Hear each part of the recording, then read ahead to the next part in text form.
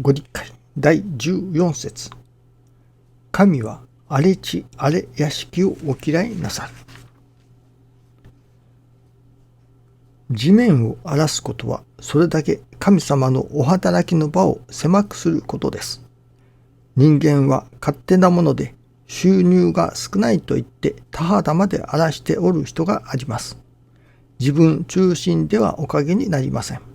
神様を中心にすれば地面をご地面にすることができます。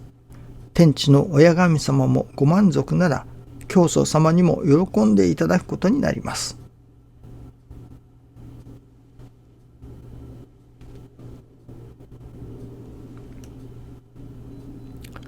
師匠が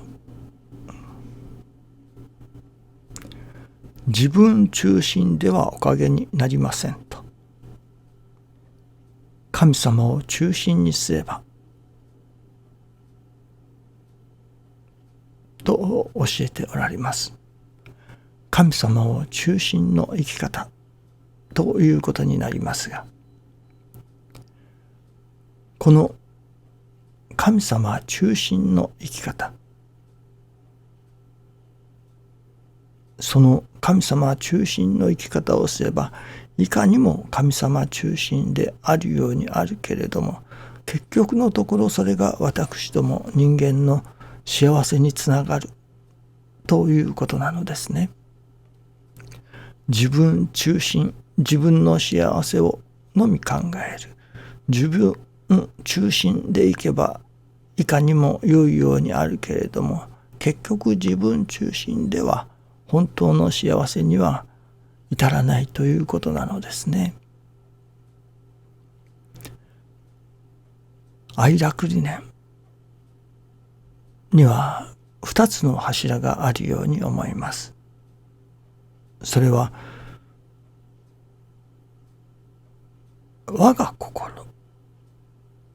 心を求めるということ、そしてご神徳をいただくということ、この2つが愛楽理念にはあると思うのです。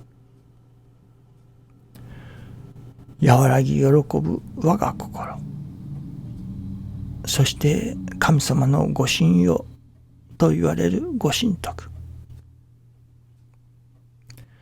実はこの2つをいただく、これも自分中心の信心ではいただけませんね。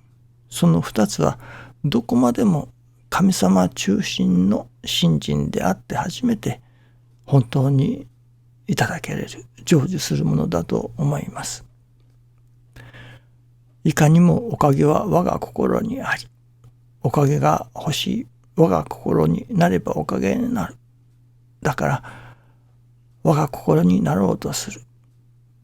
自分中心の信心のようにありますけれども、これが神様中心の信心ということになりますと、神様が私に求めたもう心、それが我が心だと。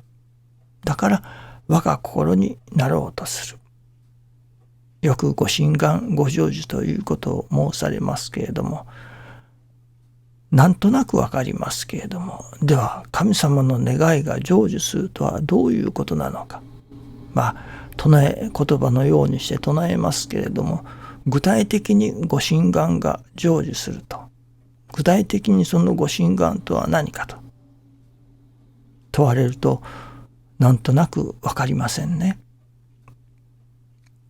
ここ数日ではっきりいたしましたのは、神様の願いとは何か。神様の願いとは、私ども氏子が和らぎ喜ぶ我が心になることだと。神様の願いが成就するということは、私どもが我が心をいただくということだと。そこを目指すということだと。それが神様の願いが成就すること。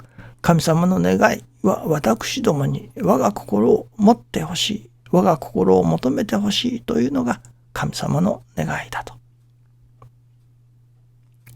ですから神様の心を心とする、神様中心の生き方というと、それは私の中に我が心を求めようとする、生き方ということになりますね。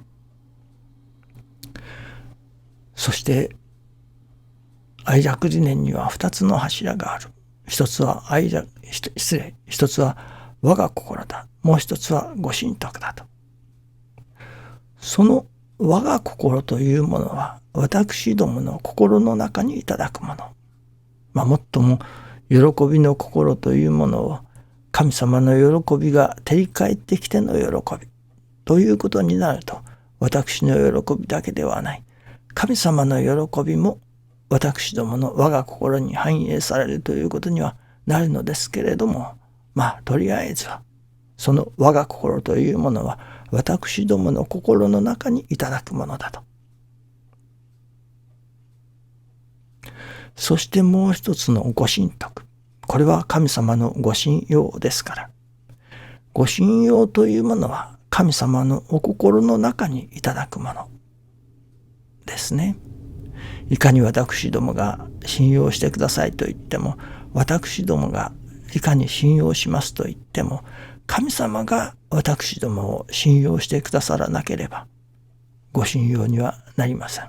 ご神徳にはならないわけですから。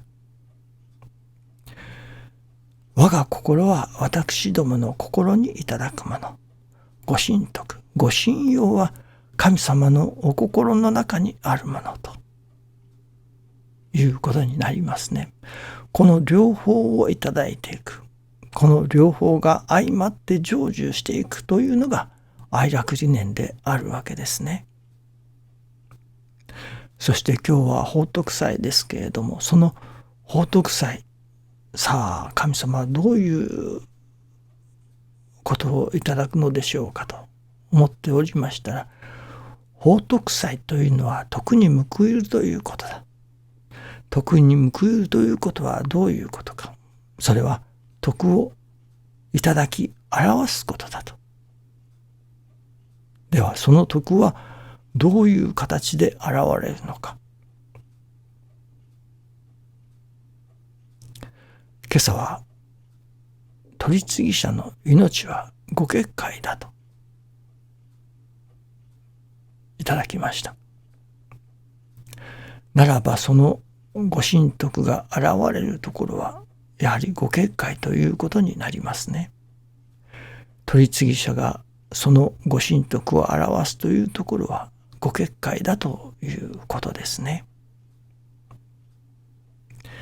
いかに話が上手になったからといって人が助かるということとはまた別物ですね。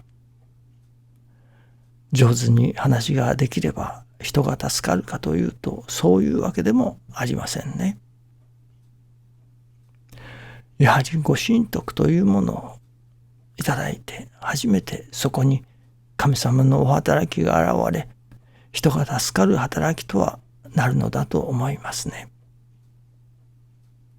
それが現れるのはご結界だということになりますね。なぜならば取次者の命はご結界だということなのですから、そのご結界に神様のご信用が現れてくる。人が助かるようになる。ということだと思いますね。どうでもそういうお働きをいただきたいと思いますね。